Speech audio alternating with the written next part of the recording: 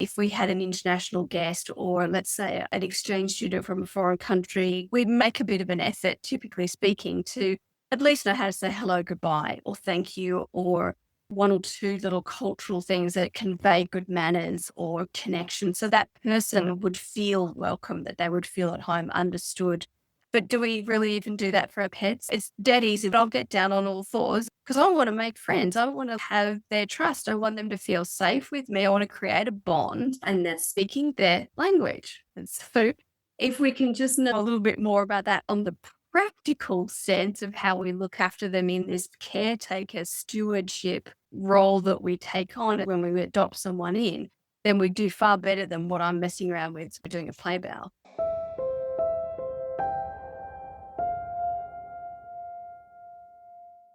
Hey folks, welcome to the Brilliant Body Podcast, a forum to learn about and liberate the brilliance of your body and ultimately to expand the meaning and experience of intelligence. Join me, Ali Mezey, and other body masters to explore pioneering and varied perspectives on what it means and feels like to be embodied. So join us and reclaim your body's brilliance.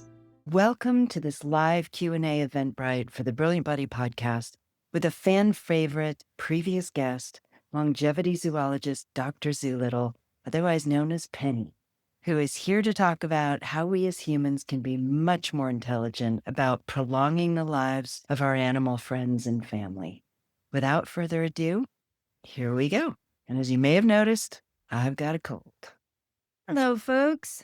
Nice to see you. Hi. There's Penny. There you are. Like, end of the year, I promise. Fantastic. Good. And we've coordinated with Blue without even talking about it. Isn't that There amazing? you go. There you go. It is the beginning of this new year, and I got sick, so I'll do my best to be as coherent as possible. I'm Ali Mezey. I'm a somatic therapist, founder and trainer of personal geometry, a sexologist, and the creator and host of the Brilliant Body Podcast.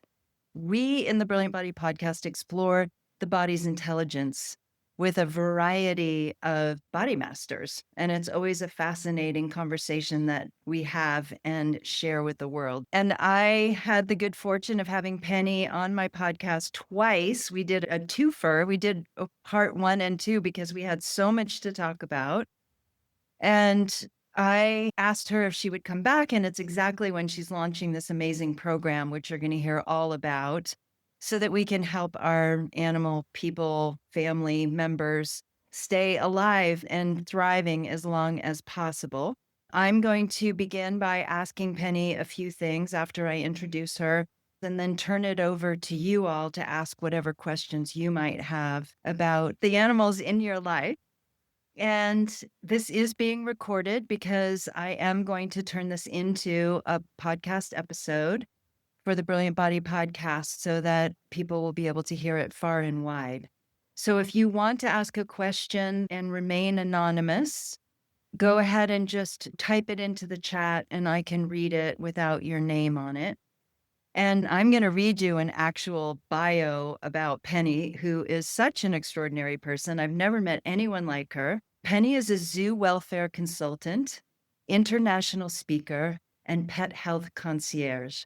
Affectionately known as Dr. Zoolittle, she works as a longevity zoologist with functional and regenerative medicine to help animals become biologically bulletproof to diseases. She's also a cognitive ethnologist, specializing in animal mental health and the human-animal bond.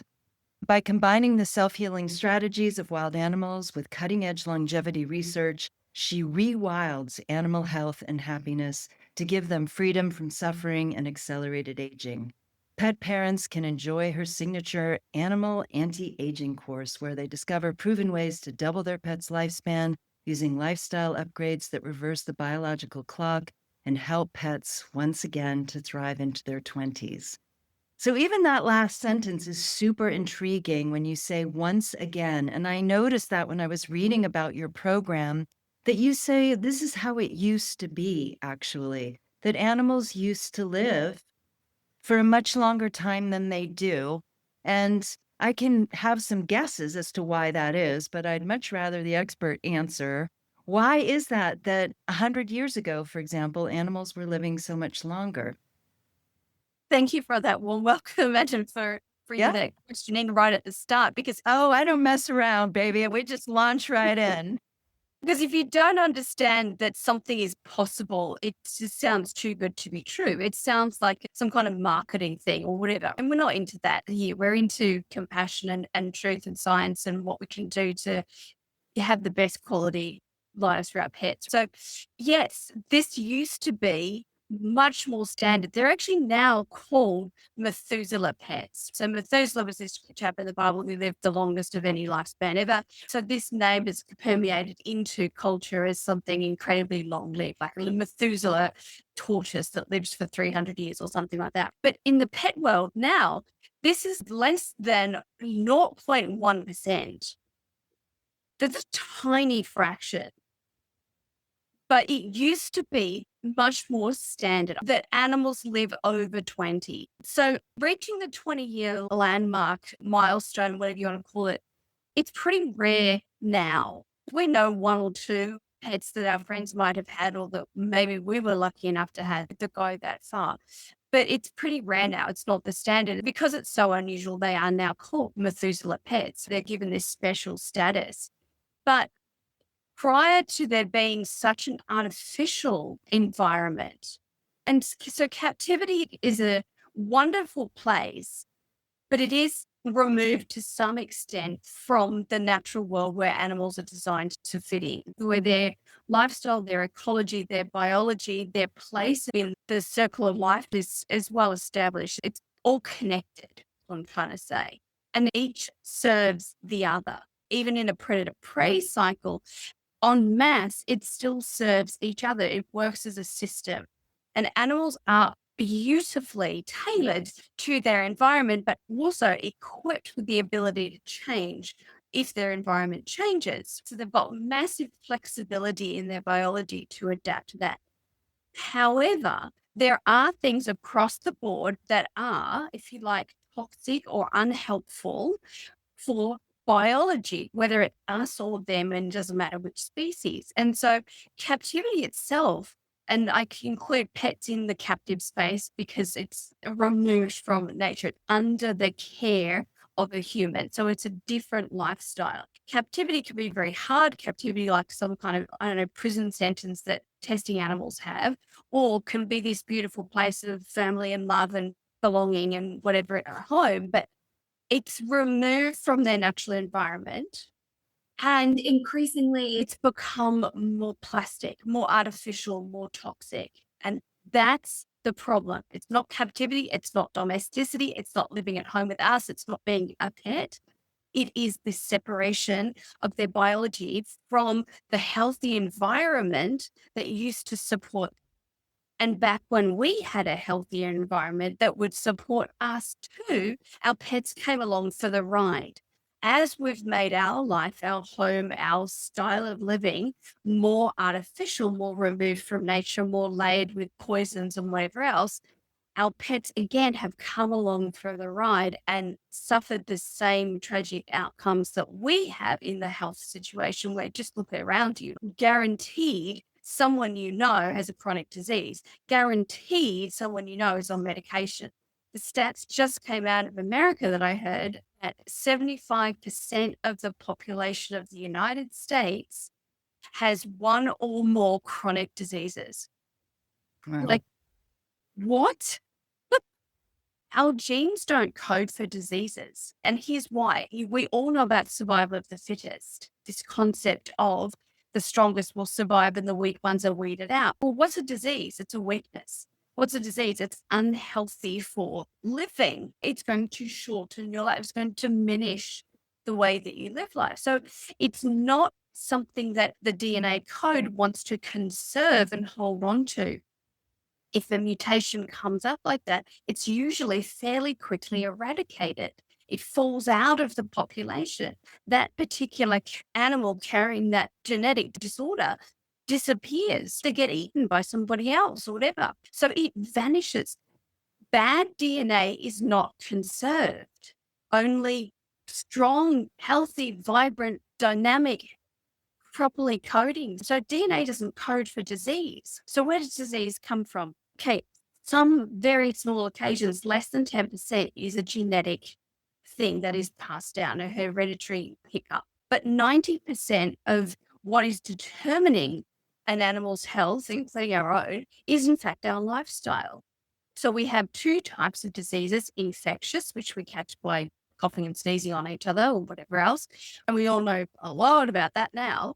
But the majority of diseases that are actually killing people and killing our animals are not these infectious ones. And we have vaccines that do a great job of getting rid of those infectious ones. So when vaccines are applied appropriately, we're pretty much protected from that.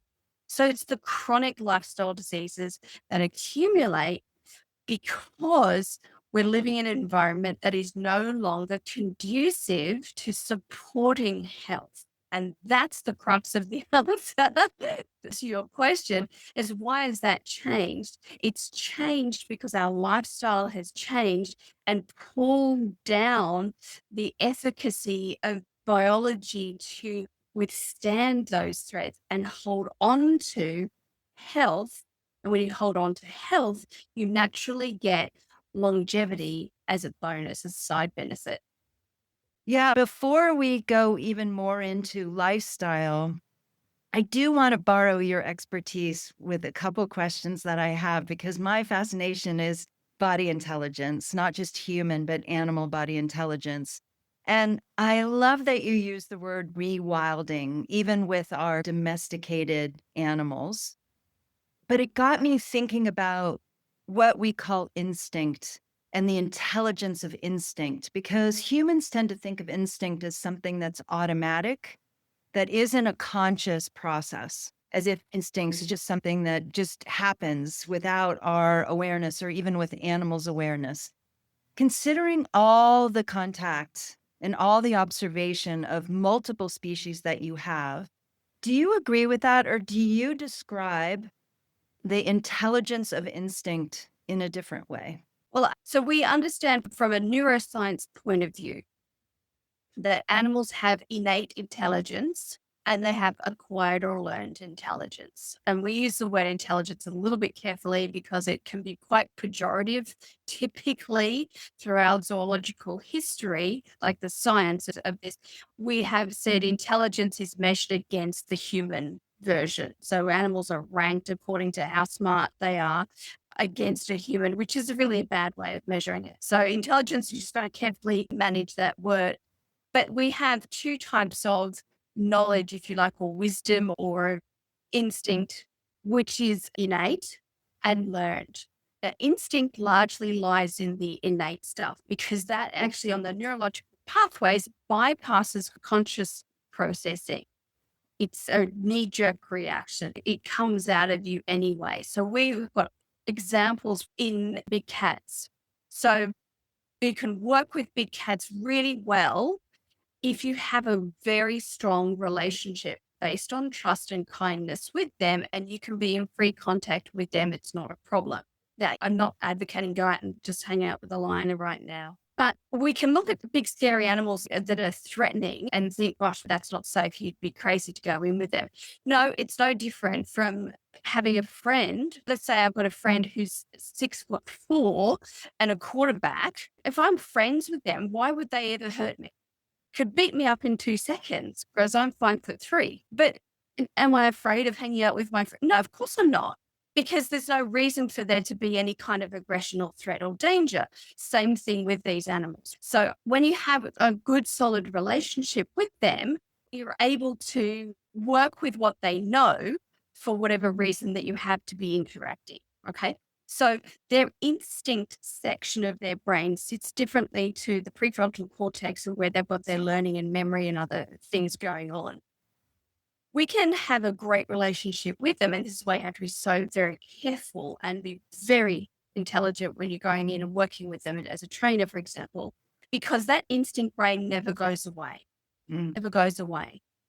So despite the fact that we have this amazing relationship, it's based on trust. They've learned many times that I am safe, that I'm kind, that we're going to have fun together, that it's all rewarding.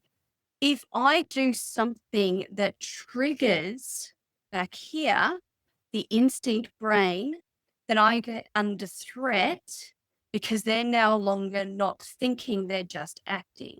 So what we have seen occasionally happen, like in Vegas Oh, in the yeah. 80s, you'd have the white tiger shows and things like that. And trainers would go in there.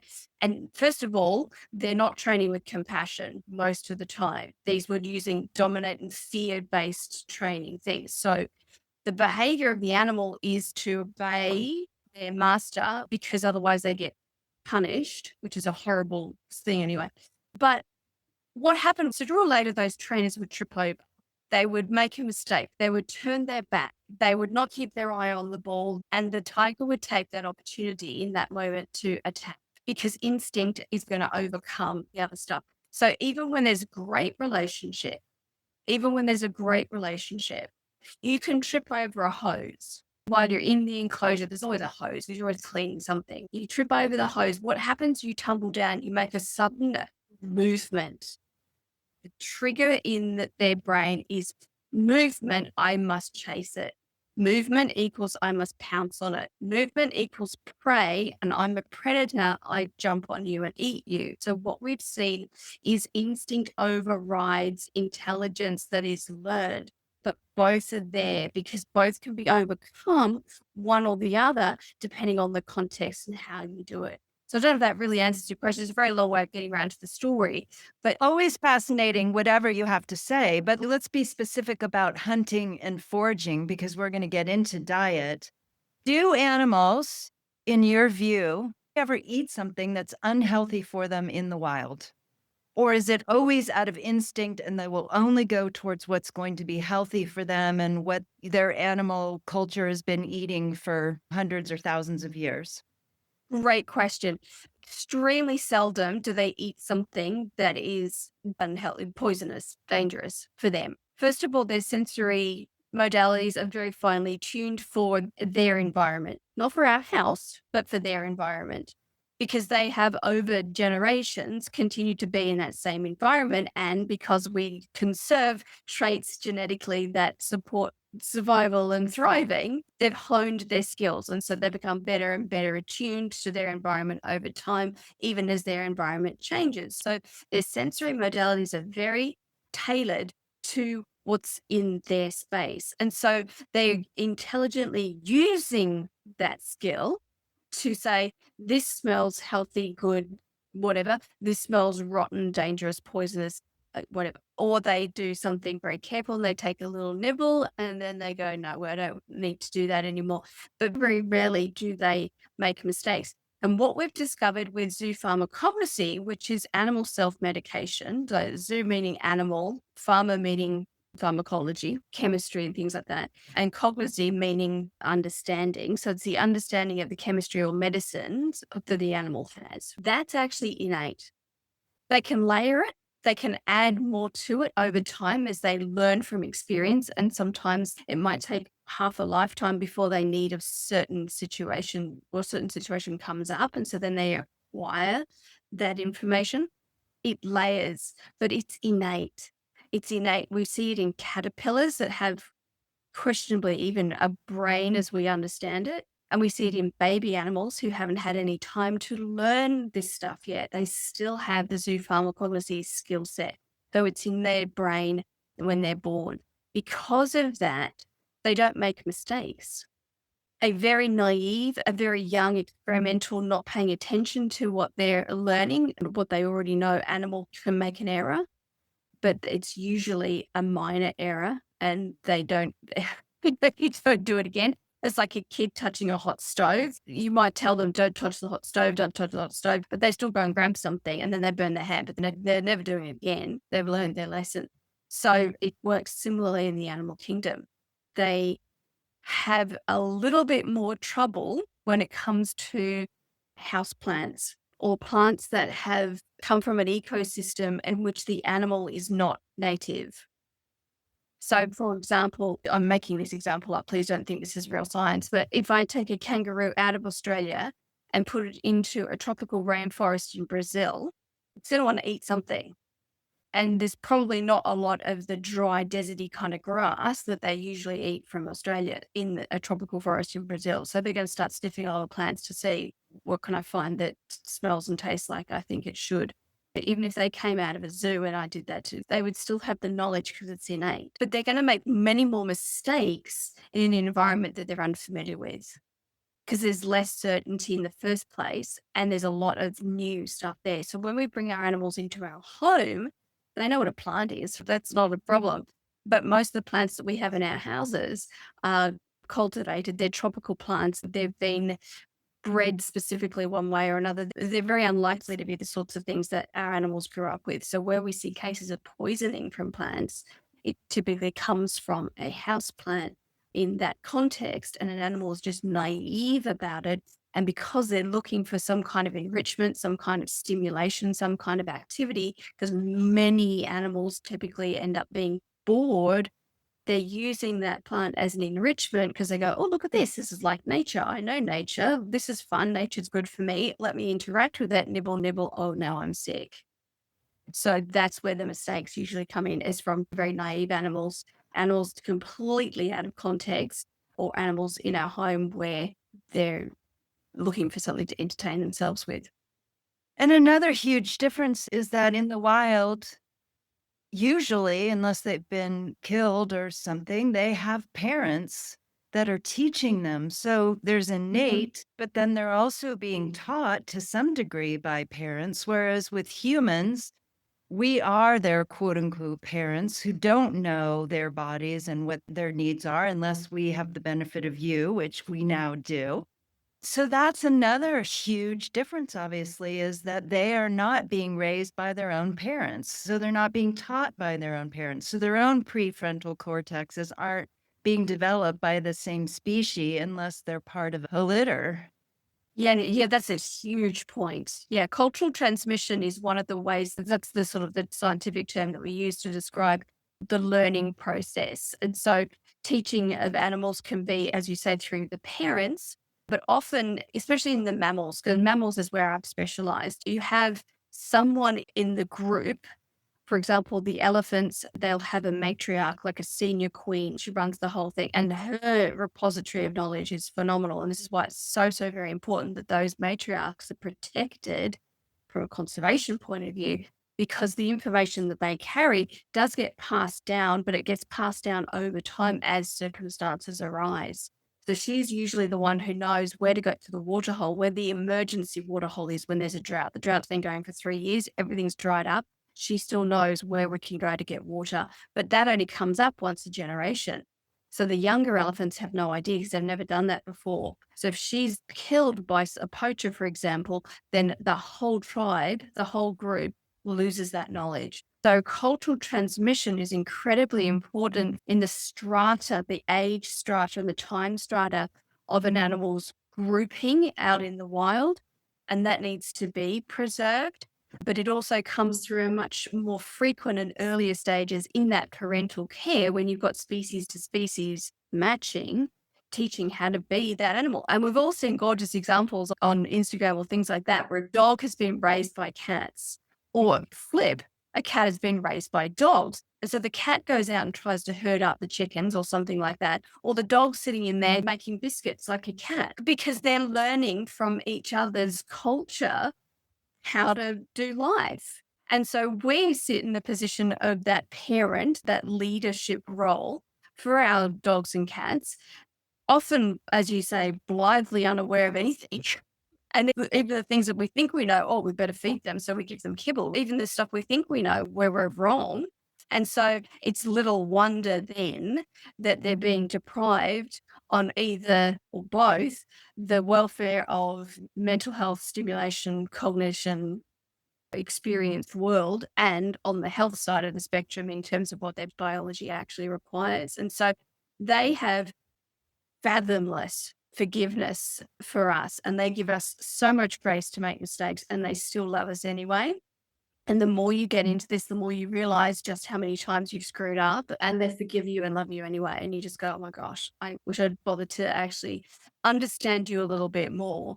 And it's like if we had an international guest, or let's say an exchange student from a foreign country or something like that, like we'd make a bit of an effort, typically speaking, to at least know how to say hello, goodbye, or thank you, or one or two little cultural things that convey good manners or connection, something like that. So that person would feel welcome, that they would feel at home, understood, that kind of thing.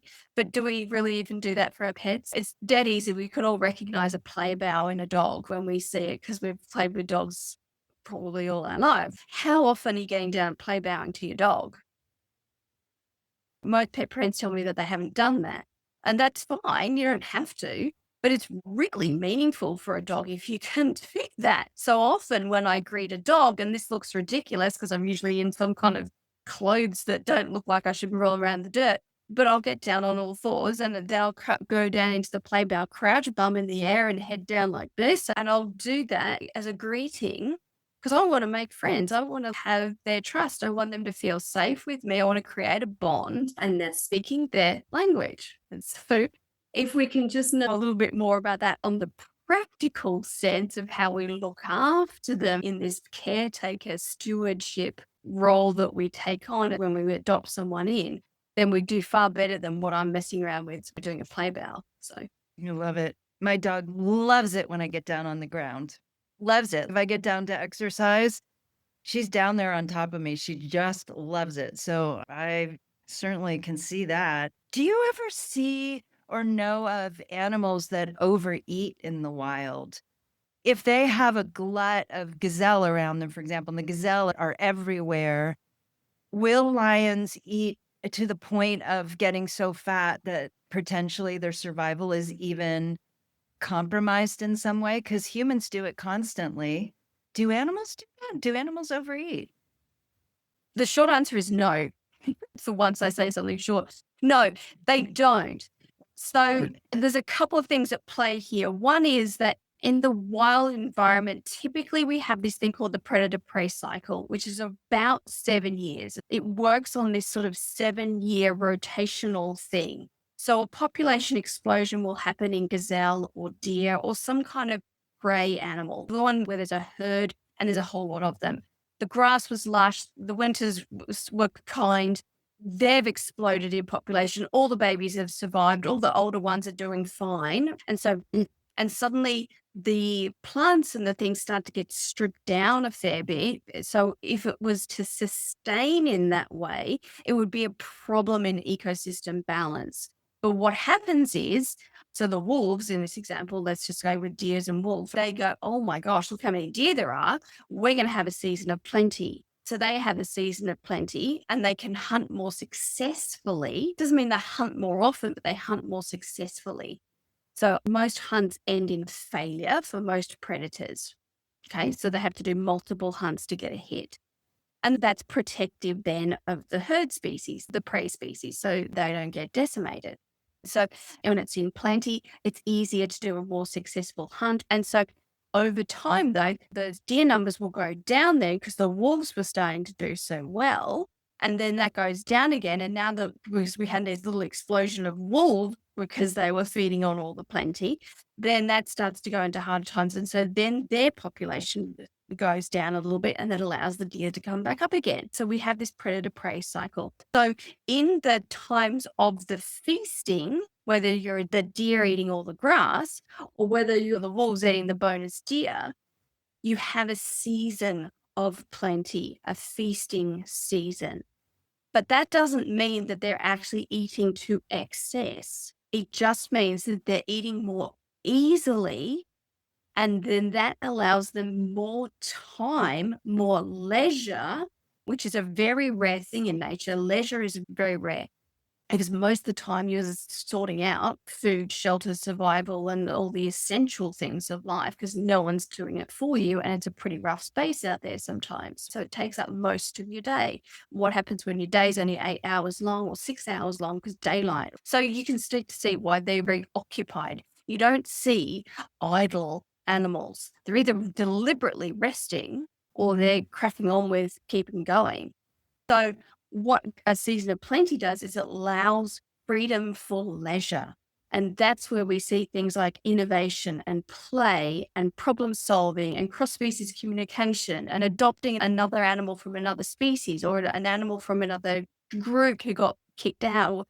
So you see, that's these very beautiful behaviors in that space that comes from plenty. But what you don't see is fat animals because they just don't overeat.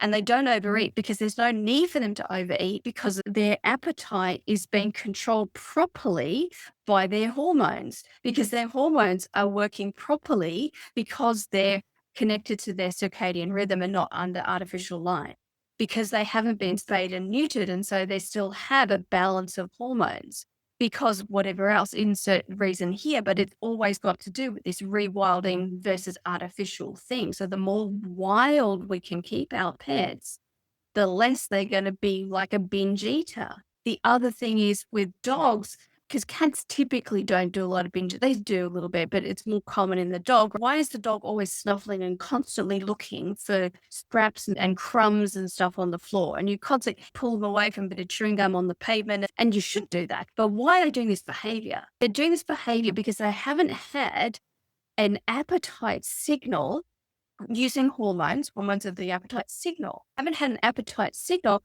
to say, you've had enough. You can relax now and stop eating. We know what that feels like because we've all had a Christmas dinner at one point and we're like, no more for me, thank you. So we know that signal when we feel it. And we're like, mm-mm. And that happens in every animal. They're like, don't eat anymore. But if that signal hasn't been triggered, then you're just going to keep eating. And with our dogs, their tummies need to get ballooned out to some extent. It's expansion of the actual stomach, the bag itself, pressing against the wall of the body. That is a mechanical signal that then triggers a hormonal release that then comes up and tells the brain you're full, you'd have to eat.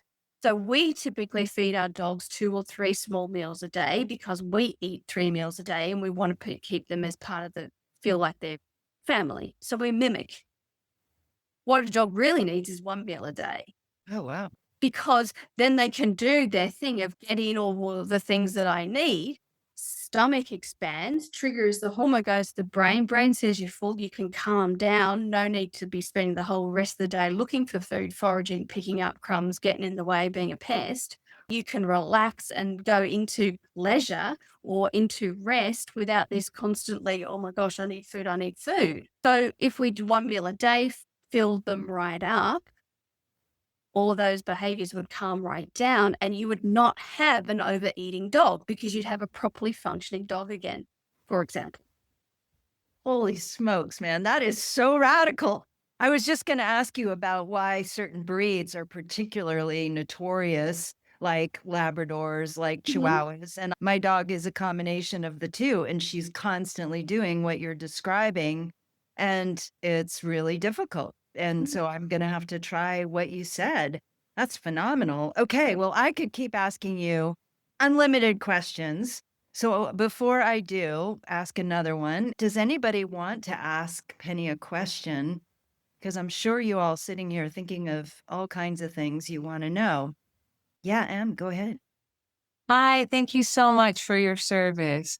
And it's a pleasure. Yeah, I love the animals. I interact with a lot of cat rescues, and most of them will not adopt a cat out unless the applicant agrees to keep the cat indoors. And I'm wondering what your opinion or viewpoint on that is, whether that's beneficial or maybe harmful. I'm not sure. That's a really great question. And it's one of those ones that has tension on the line because there's arguments on both sides. And so I like to expand on why things are rather than tell people what to do, provide information, then allow people to make the choices that suit them. So obviously those lines of restriction, if you like, are being put there through a sense of compassion. The people in the shelters are wanting to protect the cats and making sure that they're safe. Depending on who you are, where you are in the world, what country you're, there are dangers potentially outside for cats. So here in the UK, it's not a problem, but in the US parts, you've got bears and you've got pumas and you've got jackals and coyotes and things like that. So a cat can be a greater risk. Roads is the other one. Roads is a main one. Cats don't necessarily have fabulous road sense depending on their history and how they've been rescued, what kind of life they had before. Have they learned during their critical development phase which in a cat is very young. It's about from 6 weeks to about 14 weeks. This time when everything that they're exposed to is easy to learn, easy to work with, it gets absorbed and retained. And then after that window closes and the brain ceases to be as plastic, as open as a sponge, it takes more effort then for an animal to learn something. So they learn effortlessly in this window. And this is why we use this window to do socialization and desensitization and all the things that help them thrive in the human world, set them up for success. If that time frame is closed, but that animal, let's say, was from a rescued place or somewhere where they were locked, shut down and in sensory deprivation somewhere in a basement, then they haven't had any of that exposure. So as a growing up cat, a road doesn't mean anything to them. They're going to go dance on the road, lie on the road, sleep on the road. So they become very much at risk of the threats of what's out there. So the shelters are trying to put in place this restriction to say, well, listen, we've rescued the cat, we love the cat, we've looked after the cat, we're here for the cat's welfare. The last thing what you do is make a mistake and have your cat die. So let's put this rule in place to protect the cat. So that's their point of view. From the point of view of the cat's mental health and welfare, and from their physical health and ability to grow muscle and experience all the positive benefits of nature, that's a serious deprivation. So where do we find a solution? Can you have a catio? Can you have this outdoor space that's actually enclosed and protective? Can you have lead training and harness training so you can still go outside and experience those things but still be safe and not able to run away? Do you live somewhere way off a main road so a road threat's not a problem? Are you living somewhere where there are no other predators knocking around in the back garden to do harm? Can you bring the outside in to your house? There's ways that you can do that. It depends if you've got a balcony or patio or some kind of enclosed porch area. There's a lot of things you can do in that kind of space. Even if you have none of those things, maybe you've got a bathtub and you can fill the bathtub with water and make a little lake. Put a little lake and then teach your cat to interact with that. You can turn the bathtub into a great big sand pit and fill it with sand and dirt and bark and things and have somewhere where they can scratch and roll around and do the things. You can warm it up with a hairdryer so they like to roll around in it. You could put down a great big towel or sheet in a room on the floor and then do little piles of herbs, little dried roses, dried flowers, culinary herbs, dried or fresh, put them in little separate piles and let the cat interact and do pharmacognosy, do some sniffing engagement, do some rolling on those, nibble on them, interact. You can get bulbs of your lights that are actually UV spectrum as opposed to just artificial. You can have open windows that allow the fresh air and the pollen and the smells and the pheromones of nature to come into the house rather than barricading it.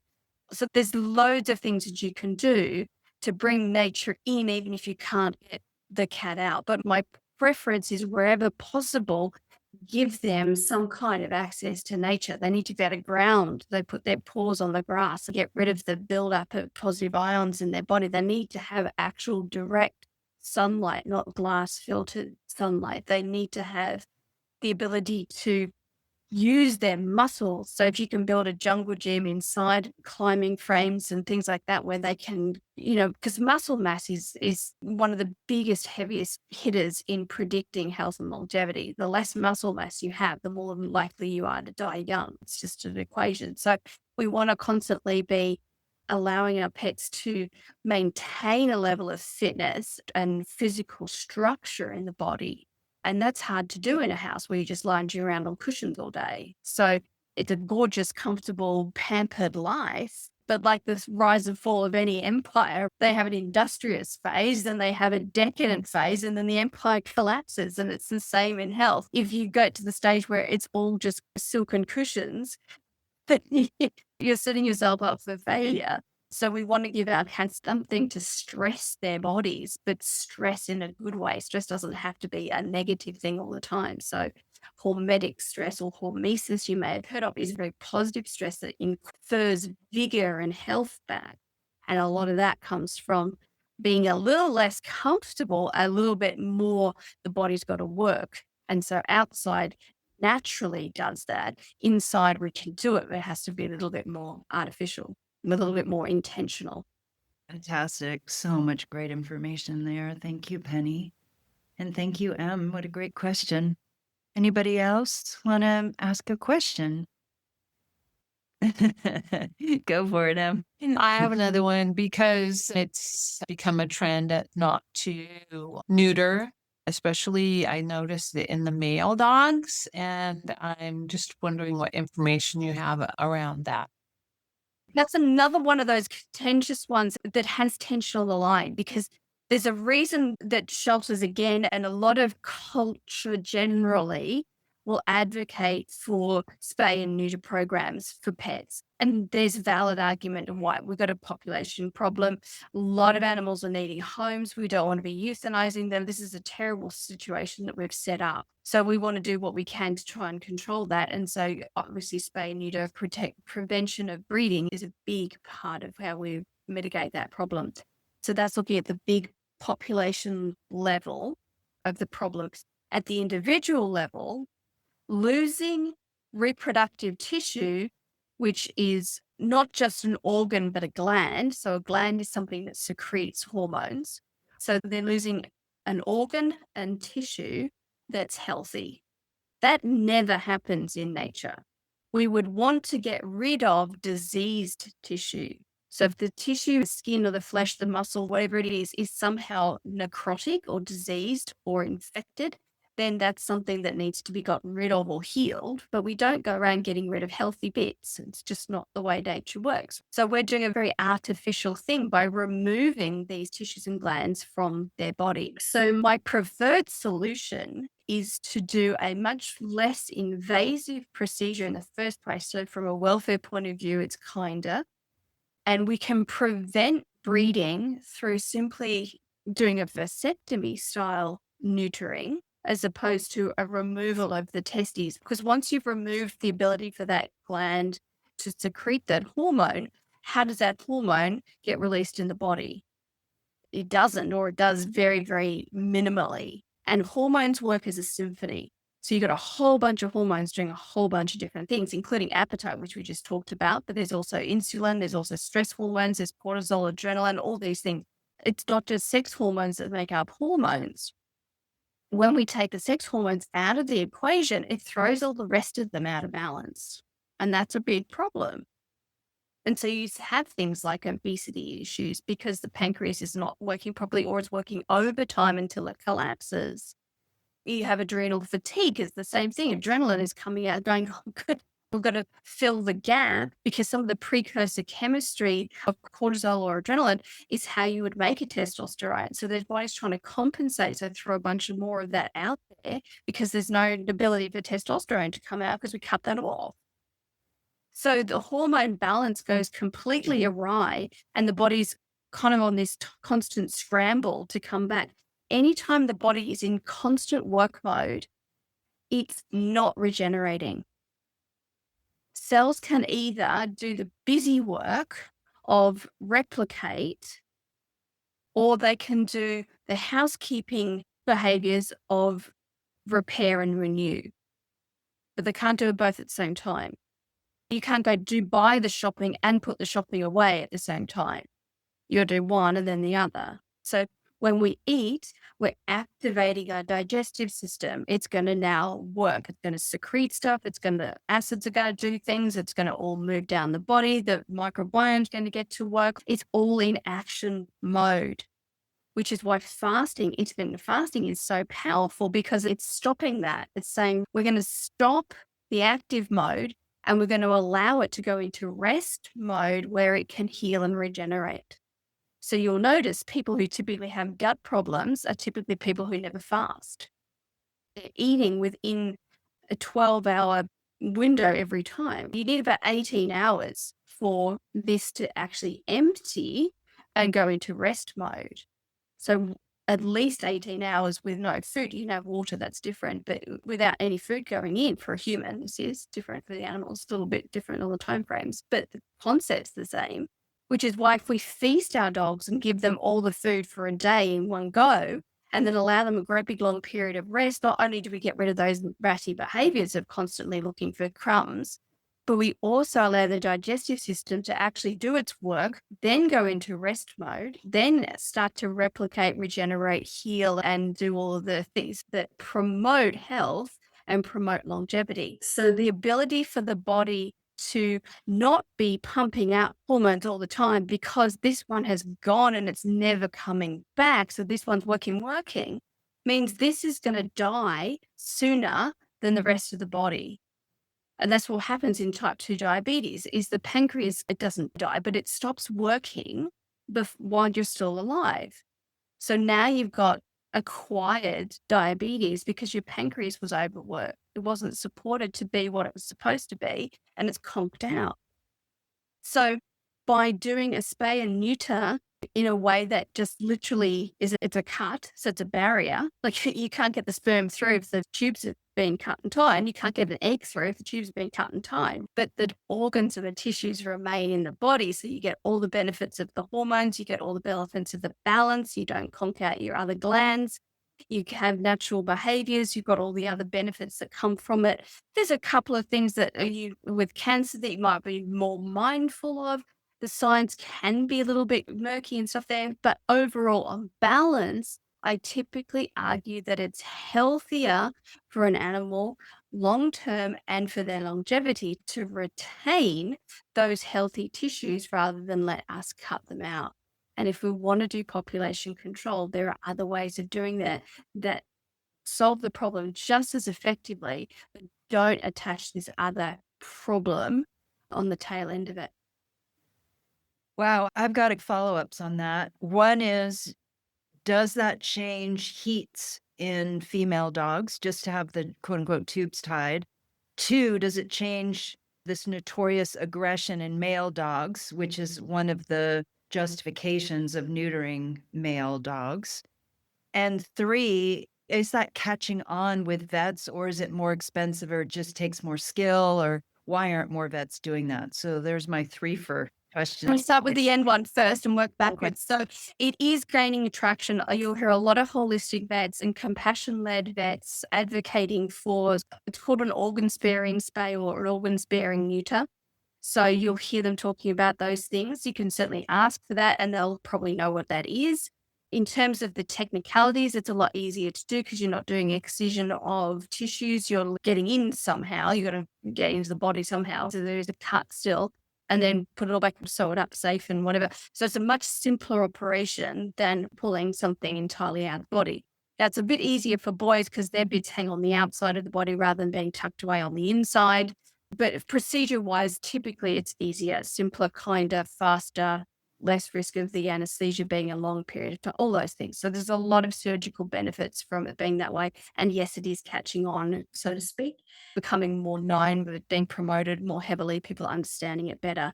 You still have to probably ask for it. Obviously a one-time thing in a pet's lifespan, so it's not like you're doing this every year, but it may not be the default thing yet. So asking for it would be right. But to go to your other things, because we're keeping them intact, as in they're not breeding, they're not breedable, but their body hasn't been cut to bits, you still get most of, not all, but still get most of the behaviors. So you'll still have pheromones, you'll still have some kind of a heat cycle, you'll still have sexual interest and things like that. So from a pet parent's point of view, knowing how to overcome or deal with or protect or whatever you need to do is then an additional responsibility as the pet parent. So you would need to be aware of that. But keeping pets entire is far more common in other parts of the world. The United States is particularly pro spay neuter, whereas if you go to Europe, you'll find in the continent, you'll find most dogs are actually intact. And so there's a wealth of knowledge and examples to draw from how to mitigate those things and strategies that you can do. And people take it in their stride very easily, don't think twice about it. So it doesn't need to be like, oh my gosh, this is going to change everything. But yeah, it would be a new skill to take into account. And it's typically, from what I hear from people, not as pronounced as it was when they were fully. reproductive, but it certainly is more naturally and in evidence than a spayed or neutered animal who is basically now a eunuch and or has had a hysterectomy. And so it changes a lot of things. It changes a lot of stuff up here as well. So you really get a personality shift, you get a behavior shift, you get a attitude shift. So you don't get those changes, but what you hold on to is that reproductive interest that they would naturally have. So they stay horny, in other words. Not 24/7 for real, but yes, during their special time, they'll feel a little bit spicy. Yeah, well, there you go. Anybody else want to ask a question? One more. So you talked about feeding dogs once a day. What about cats? Great question. Cats are different. Because they are typically speaking a solo hunter, meaning that they're catching their prey all by themselves rather than with a pack. They typically go for prey smaller than they are. So their meals, if you like, are basically snacks. A little bit here. That's how their entire digestive biology is equipped. A little bird here, a little mouse there, a little rat over here. So little and often is the more natural style for a cat, and their appetite hormones don't require that mechanical expansion of the stomach the way the dogs do. Their leptin and ghrelin flow much more like ours do, where they just know, okay, well, I don't need any more right now. So it's a bad idea to fast a cat for any more than 24 hours because the system starts to suffer as a result. It depends a little on the size of your dog. If you've got a tiny dog, then you definitely need shorter fasts than what a big dog can sustain. But dogs that have had some kind of scare and they've run away from their home and they might not have eaten for a week and then they come home, they're fine. I mean, they're a bit skinny. They can go and eat a week without eating or a week with just foraging a few mushrooms out of the forest or something. But a cat needs to have little and often. So ideally, you're looking at minimum of 2 meals a day for a cat. But if you're also doing a little training session here and there, they're going to get those rewards, and depends on how you look after your cat, whether they get little snacks from you every now and again or a third meal or whatever. But that is a much better system for them. Silver, please. What's your question? Yeah, so obviously animals that hunt are going to be eating raw meat as Yes. their diet. So if you feed cooked meat, how big a difference is it? Good question. So cats and dogs are both carnivores. Digestively, they're carnivore species. Cat is an obligate carnivore. That's the only thing that's going to serve them nutritionally. A dog is a facultative carnivore, which means that they can eat other stuff too, but their predominant thing is over here. Now, a pig and a human fall in the middle of the full spectrum, which is to be an omnivore. So we really thrive on both. And then you've got a horse down the other end who is green only, plants only. So a dog, even though they can eat plant material, is definitely more up towards the cat end of the thing rather than like ourselves. So that's the first thing to note. So protein needs to be a huge component. About 90% is what I recommend of a dog's diet, 90% protein. When we heat protein, it denatures. So protein is a very elaborate molecule of all kinds of amino acids in a great big long ribbon that's folded in a very special way. It's like origami, it's biological origami. When you heat that, it changes its origami. So now it's like this instead of like that, just to give you an illustrative point of view. So the more something is cooked, the more denatured it becomes. And when something is denatured, it doesn't do its function as well as it's supposed to. So when food is denatured to excess, it doesn't have the nutritional capacity that it had when it was raw and close to nature. So we lightly steam our veg, for example, rather than boiling it down into a grey sludge. So it holds on to its nutritional capacity. So the more a meat is cooked, the less nutritional value it has. So if you're lightly cooking, you're steaming, you're broiling, you're flash frying, you're freeze drying, this is very quick or light processing. It's going to hold most of its nutritional value. If you are charring it on a barbecue after 4 hours and flipping it backwards and forwards and it's as dry as old leather, then there's not going to be a great deal left in it. And if you go to the worst extreme and turn it into kibble, But where it's been superheated 6 times, then it's just a waste of time. It's just cancer in a plate now. So the less cooking, the more nutrition, but still raw, real food is vastly superior to something that is highly processed or that is non-species appropriate. So non-species appropriate in the case of the dog is grains. They don't need grains. Veg, yes. Fruit, a little bit, yes. Grains, no business eating grains. So as long as it's species appropriate, cooked food is vastly superior to something that's processed or junk food. So we have a question in the chat for kitties leaving kibble out all the time. Is that okay? And the second part of that question is, I've been using a crock pot recipe for the kitties. Am I not giving them enough protein? Okay, great question. Cats look at carnivore that we just said. So they don't have amylase. Amylase is an enzyme that can be secreted either in the mouth or in the stomach that helps break down plant material. Plant material is really different from animal material because it has a cell wall around it. Cell walls are really hard to open up. They're really hard to break through. This is why cows will chew the cud for hours because they're just sitting there grinding to try and break open cellulose. We are not designed to eat cellulose. We can get no nutritional value from eating grass because we cannot open the cell to get the nutrients out. It's impossible. Cats can't do it either. They don't have any amylase, so they can't get any nutritional value from plant material. So they need to get their nutrients from animal products. And that's 4 types of meat. There are 4 types of meat.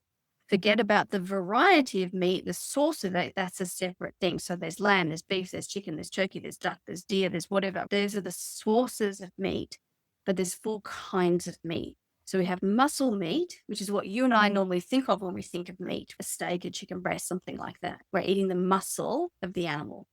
But there's also the ligaments, the tendons, the skin, the cartilage. All of that's the collagen meat. Then there is the bone.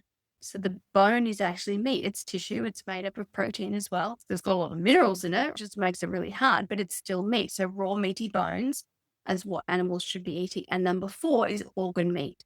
So these are the organs, is your liver, your kidney, your heart, your spleen, your gallbladder, your brain, all that kind of stuff. And we don't want to eat any of that stuff. We stick down here with the muscle meat, but animals need to have all 4. Because we don't eat these 3, they're usually really inexpensive to get a whole lot because nobody wants it. So there's waste from our food production. This muscle meat is where the expense comes in.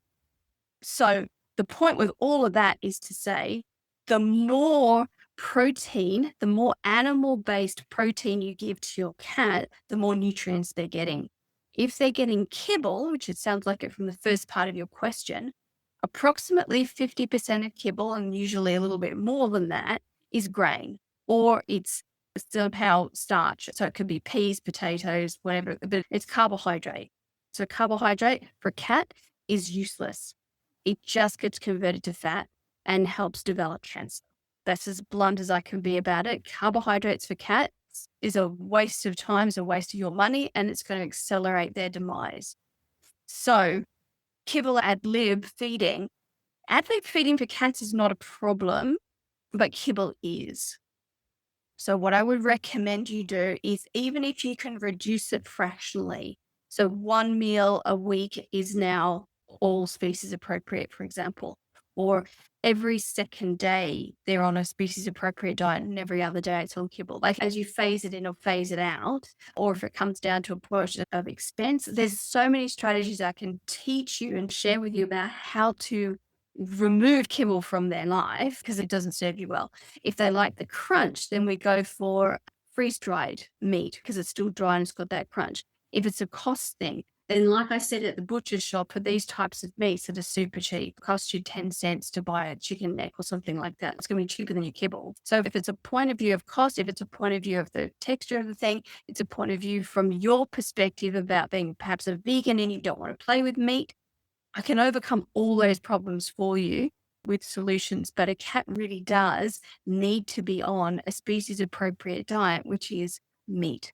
So ad lib is fine because they can measure and dose themselves, and they typically don't gluttonized because little and often is hardwired into how they operate. But from a hygiene point of view, when we're on a species appropriate diet, we don't typically ad lib feed them because we typically don't want to have meat lying around in the house all day. So we feed a meal, they let them eat, we take the dishes away, and we give them another meal later on, just the same as we would do for us. If you want to ad lib feed them, you can, and freeze-dried raw is an excellent way of doing that because, as I said, it doesn't have the moisture in there, so they can have a crunch if they like to bite onto things, and you won't have a putrefaction thing happening in your home with the summer warmth and whatever. So I'd love to unpack on that question. And let me add to that there's no condemnation here. There's no, oh my gosh, you're so bad. No, I'm very blunt with my language when I say things about kibble because I know what it is and what it does, and I don't like animal suffering. So I'm pretty straight down the line when it comes to that. But there's never any blame or criticism on a pet parent who has used that or who is using that or still wants to use that. I just believe in arming you with the knowledge so that you can make the choices that are right for you. So if that came across as a little harsh, I want to just soften that with what's coming from the heart here rather than condemnation. Well said, Penny. And they just added kibble is just there. They get 2 meals of the crock pot chicken thighs. So- Amazing. I would just ditch the kibble, phase it out of their life altogether if you've got the capacity to do that. So, in terms of fasting, though, with dogs, does that mean that you don't give them snacks? It sounds like you do when you're training them, but how do you deal with little bedtime snacks, things like that? Shall not be named. Because on the years of there, the ones listening. Yeah. So I tend to recommend one fast day a week. So we're not fasting our dogs every day. It's not their lifestyle forever eternal. The more variety we bring into our animals' lives, the more they thrive. Because biology naturally acclimatizes very quickly. You think about any exercise or skill that when you started, it was hard. You had to concentrate really hard or it hurt your muscles. But after a relatively short period of time, your body has adapted. Your body has learned this acquired intelligence, it's called acquired familiarity and a new skill. And so you have to up the ante. And that's why people who weight lift are always cranking up how much weight they're lifting because their body's adapting. So the more variety we bring in, the more we ask the body to work, and the more the body works, the more it gets stronger and more vital. Obviously, not the exception of what I was talking about before with the overworking of something and not giving it any rest. So we're not going to go and lift weights every single day. We're going to have a weight day, then we're going to have a rest and recover and repair day so we can actually build that muscle. And then we're going to have another day of doing weights. So the balance of the two is really important. So it's the same with fasting. So you're going to have a day where they're doing the work of fasting. That's hard because you feel different. You feel hungry. You want to eat. There's work involved in fasting, even though it's the absence of doing something, if that makes sense. So we will do that for one day and then allow everything else to be normal again and then bring that back again. Now, if you do it on a random schedule, that's helping the body have even more challenge, positive challenge, because it's now no longer predictable. And we do that in the zoo. It used to be that you would feed the animals this time and this time because you were doing your rounds and that was the way. If we mix that up so they never know what time they're going to get their food, they remain a lot more active, which means that they're more interesting for the zoo public to come and look at. It means they don't get into routines and psychology patterns where they're like, well, I'll do nothing all day. But at 5 minutes to dinner, and you watch me get up and move around, they don't have that anticipatory stress behavior if you're late with your rounds because something else happened. They're going like this because you were supposed to be here 5 minutes. So you free them from all of those mental shackles and difficulties, and at the same time get all these benefits for their activity levels, for what a zoo visitor might be enjoying. And it's the same with our pets. So if we can randomize the 1 day a week that they're getting their fast day, which is exactly how it would be in nature, they never know which day is going to be a successful hunt and which day they're going to try 4 times and still fail 4 times. What happens then? Well, they go to bed hungry. So they don't know which day is going to wake up. So let's do that at home too. Let's rewild them at home with that fast day. So the way I stack it is the day before. The day before is the feast day. So you effectively give them 2 days worth of food in one meal. So we're talking bumper crop kind of stuff. So it's Christmas. They're getting 2 days worth of food in one meal, usually in the breakfast on that day. Let's say it's Monday. So they get double portions and they're like, life is amazing. Who said Mondays suck? This is great. And they eat, and maybe they don't even eat it all. They come back and eat some more later on, but they eat as much as they can. And then they're like, oh, okay, we're going to have to sleep now. And so they do their natural behaviors and digestion. They come out of that all calm and relaxed because there's no need to go looking for crumbs. And then tomorrow, when there's no food, they're like, huh, that's a bit weird. And for the first couple of times you do this, they're going to find it weird. And then they're going to get used to it because they adapt and they learn. And they're like, that's fine. So they know that their bumper day is something to look forward to. And then the next day, there's nothing. But then after that, they feed again. So they're very happy to go through this process. So their digestion is working overtime until it's emptied out.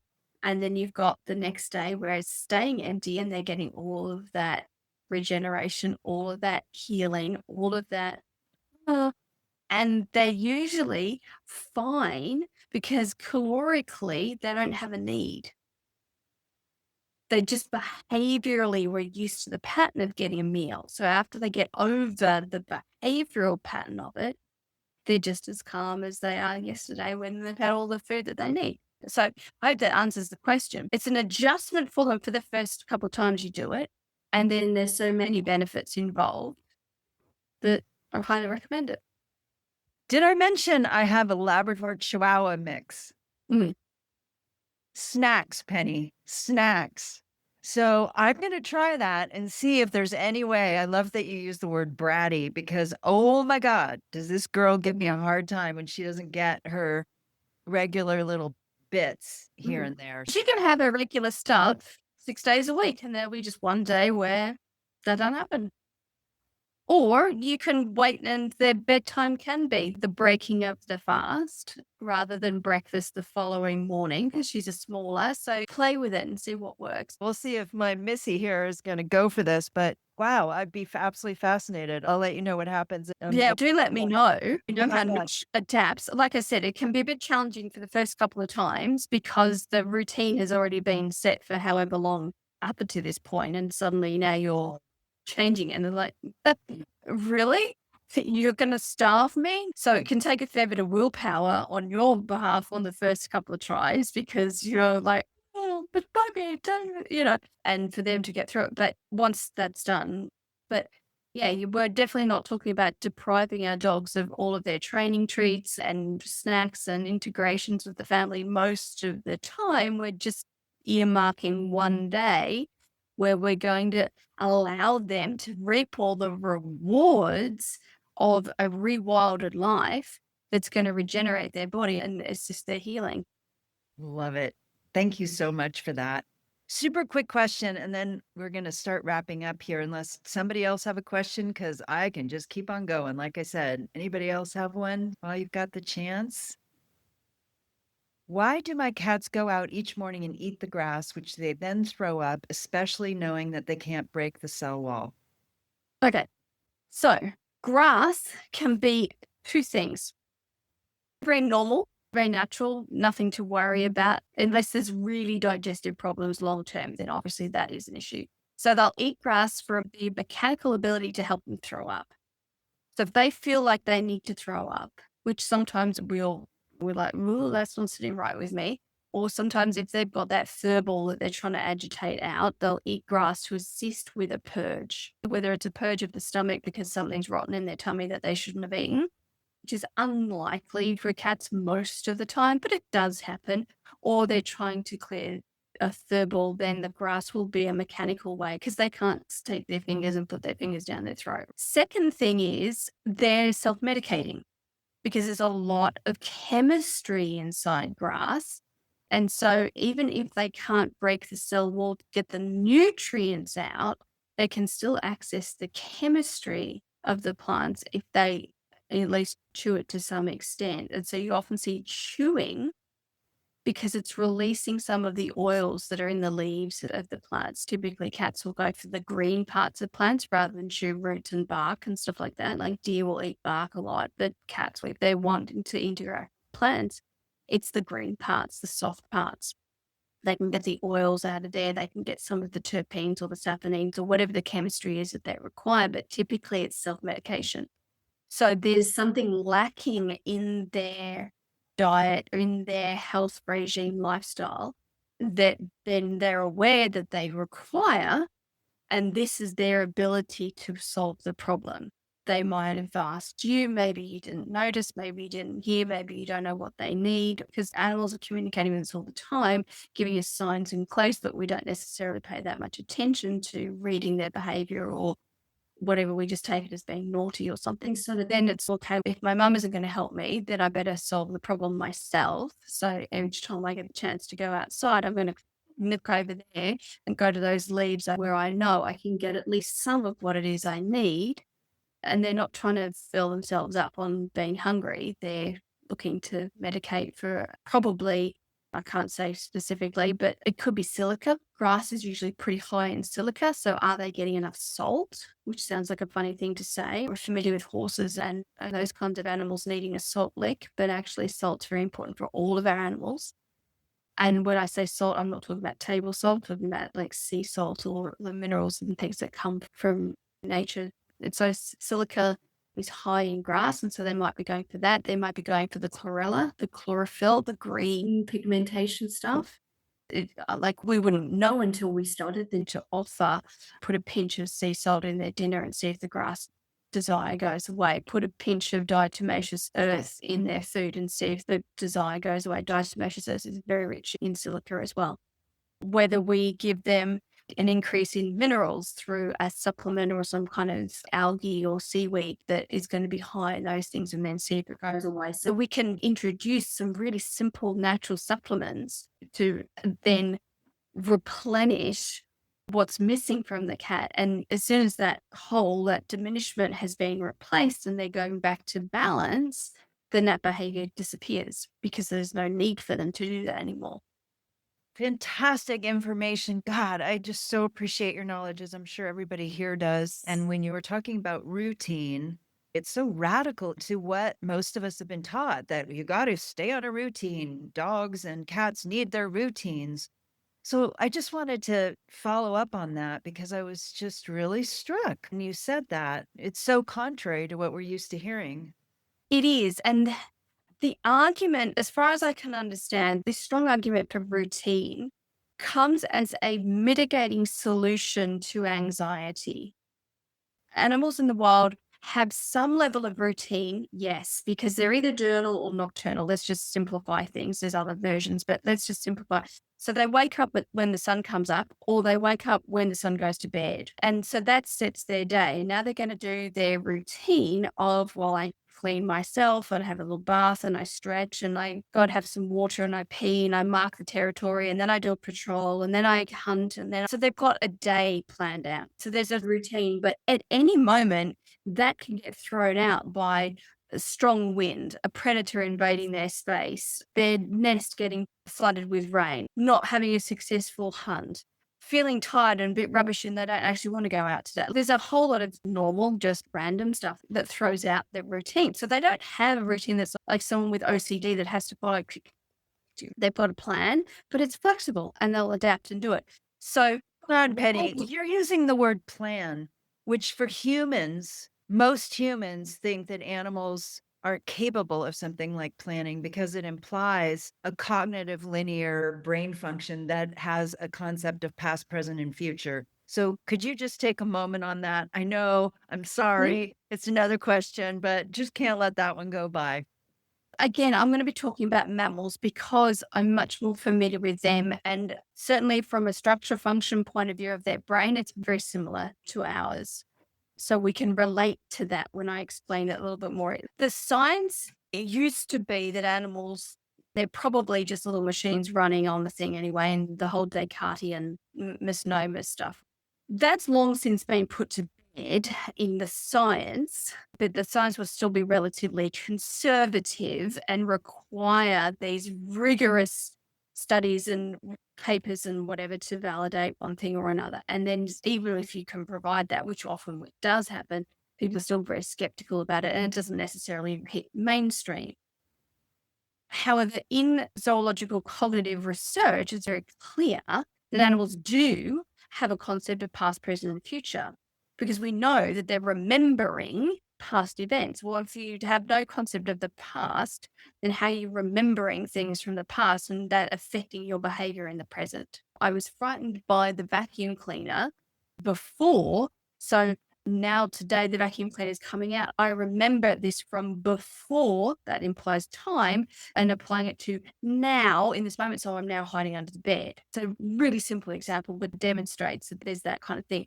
We see grieving in animals as a ritual behavior often. That also implies they're aware that the animal's no longer there. That's a timeline thing again. So there's lots of examples. Now, do I fully understand in every case for every species what their depth of perception is? No, I don't. Let's be honest. I can't unlock that at this stage. But I can tell you that they do have enough consciousness, enough self-awareness, enough memory, enough intelligence, if you want to put it that way, to be able to run their own lives. They're not dependent out in the wild. They're independent. Now, when they're domesticated and living with us, the process of domestication has rendered them semi-independent, not fully independent, which is why there's a whole behavioral differences between a domestic animal and a wild animal. We don't have time to get into all of that here. But if you're a fully functioning, autonomous, independent, successful meaning you're still actually alive animal, then you have the capacity to plan, because you've got to get through your day and survive in time to go to bed. So there is that capacity for sure. It might not be the same as someone's detailed business plan, or I hope not. Lucky them. Lucky them. So back to routines. I know I interrupted your other answer, and then we'll have to let you go. So where was I on that one? Just to refresh. You're saying that they are planning their day and it can get interrupted because life happens. Thank you. Animals Yes. as well in the wild. The anxiety thing. So if this is the normal thing, they've got the capacity for it, they've got the behavior for it, they've got the lifestyle for it. So this is normal. This is natural. This is what we call the wild type version. And why would we imagine then that our pets don't have that capacity? We imagine that because we see evidence that they don't when they are anxious, when they suffer anxiety, when they have so little independence or adult skill set that they are completely juvenile because of either breeding or upbringing or both. So that they are very insecure. You imagine taking a child who's, I don't know, let's say 3 to the supermarket and then running off to another aisle. At 3, they're in panic mode. The world just ended. If you did that when they're 10, they might be like, well, at least I'd go ask someone for help. And by the time they're 18, they're like, oh, thank God she's gone. So there's a progression thing there. But if our animals are stuck in 3-year-old mode, change is very uncomfortable. Loss of your presence is very uncomfortable. Spooky noises. So you have constantly a situation where they're vulnerable to change of routine because it's unpredictable and they don't have coping skills. So in order to mitigate that, the wisdom has been, so give them a strict routine. And then what's happened? You end up as a human living your entire life around the needs of the dog. I can't go out because I've got to be back at 4 o'clock to give this. I can't go out because I've got to be there at 6 o'clock to walk the dog. And so now your life is heavily compromised as a result of having a pet, which is not smart. You may choose to be very bonded and wedded, and that's great. But when their lifestyle is controlling your freedom, I don't think that's particularly healthy. That's a personal opinion. But it's also more to the point not healthy for the animal because it means that they're living in a constant state of stress and anxiety and fear. The root of those things is actually a fear-based thing. So if you're living in fear all the time, do you have great quality of life? The answer is unequivocally no. So we need to free them from fear. And in so doing, we allow them to become empowered to exercise their natural skill set of being adaptable, where they can embrace the benefits that come from variety and from managed change, and which then also then allows their body to heal and do all the healthy things and thrive because their welfare is better. And as a bonus, you get to have your life back and be able to say, yeah, I'll go for a coffee and cake at 4 o'clock, whatever it might be. So it's a win-win again. Amazing, Penny. What a cornucopia. Thank you so much for all that. And please let everybody know what they can gain from your animal anti-aging course, which is beginning within days. So lay it on us. What's that all about? As you can see, there's a lot of information. We can tell it like we have today in stories, and that's all very enjoyable. And that's how I did a lot of my learning. It's great.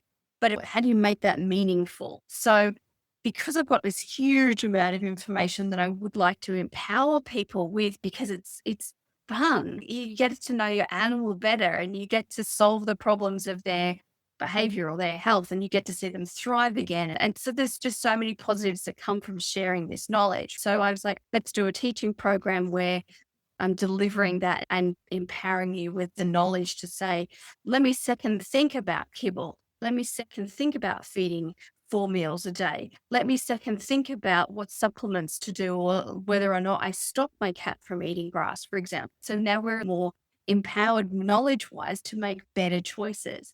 So that's what the course is. The way I teach it is through a framework called the 7 pillars of animal longevity. Because as I said before, the genetics are conferring about 10% control over how long they're going to live for and how healthy they're going to be. The other 90% is yours to control here, right here in the decisions that you make. So what do you do now that you know you've got 90% control? Like, where do you begin?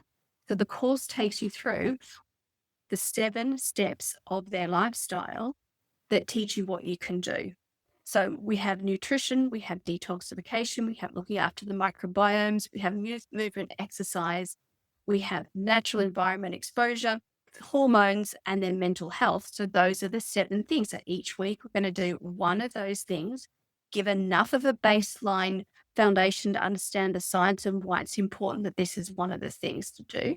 And then it doesn't matter where you are right now, what you're doing, how far you've studied before, whatever else, this is a set of behavior skills to empower you to make those choices better. So if you know the first principles, you can apply that to any situation for any pet, this one now or any that you might have in the future, because the first principles allow you to make the right decision and then give you examples of what to practically do. So I was saying before, there's 4 types of meat. So can we start to include these 3 types of meat? Well, yeah.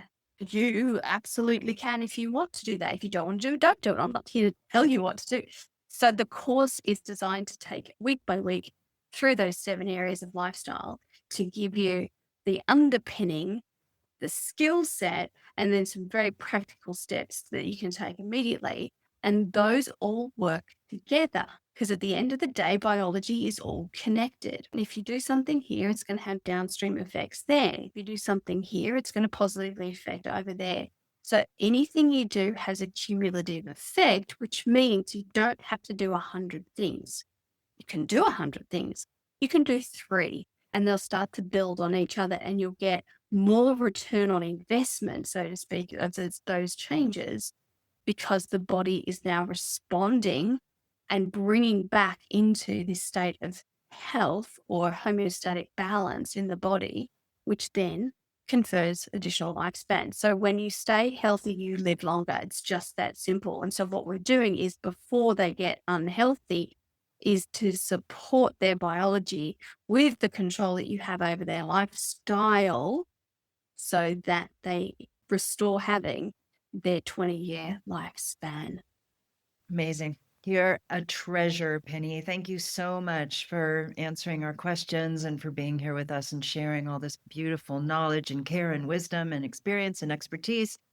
And most of all, the compassion you have for animals, which I believe everyone here shares. And you're just such an inspiration. And we're so grateful for what you do and who you are. So thank Well, you. thank you so much. And to everyone who's joined today, for your questions, for your compassion, for your interest and everything else, because it's a true joy for me to sit here and talk about animals. And I could do this all day. Thank you for allowing this to be possible. Because if you guys aren't interested, if Ali doesn't think this is a fun topic, then we don't get to do it. So I'm very grateful.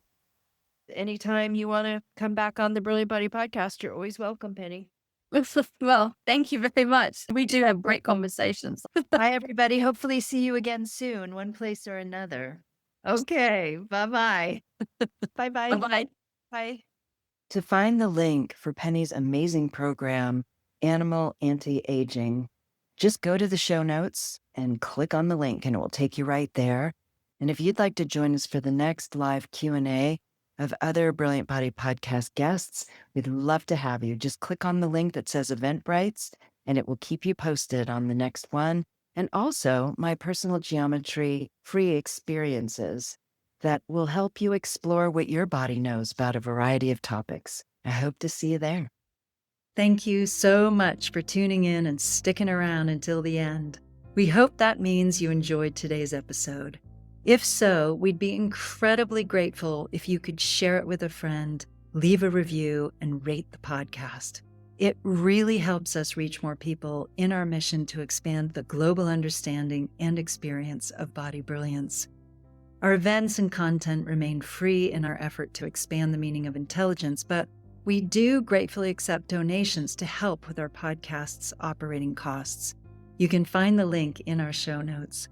And while you're there, check out all the resources, gifts, definitions, photos, events, and tools we've included to help you dive deeper into today's topics. You can also visit www.thebrilliantbodypodcast.com for a complete list of episodes, body meditations, and many more brilliant things. And if you're curious to explore more ways I help bodies to reclaim their brilliance, visit my website at www.alimezey.com. And lastly, a huge hearty thank you to my co-producer and editor, the brilliant Florence Popoff, and to Blair, Mr. One-Man Band Wilson, for our theme music. Until next time, stay curious, stay connected, stay loving, and reclaim your brilliant body.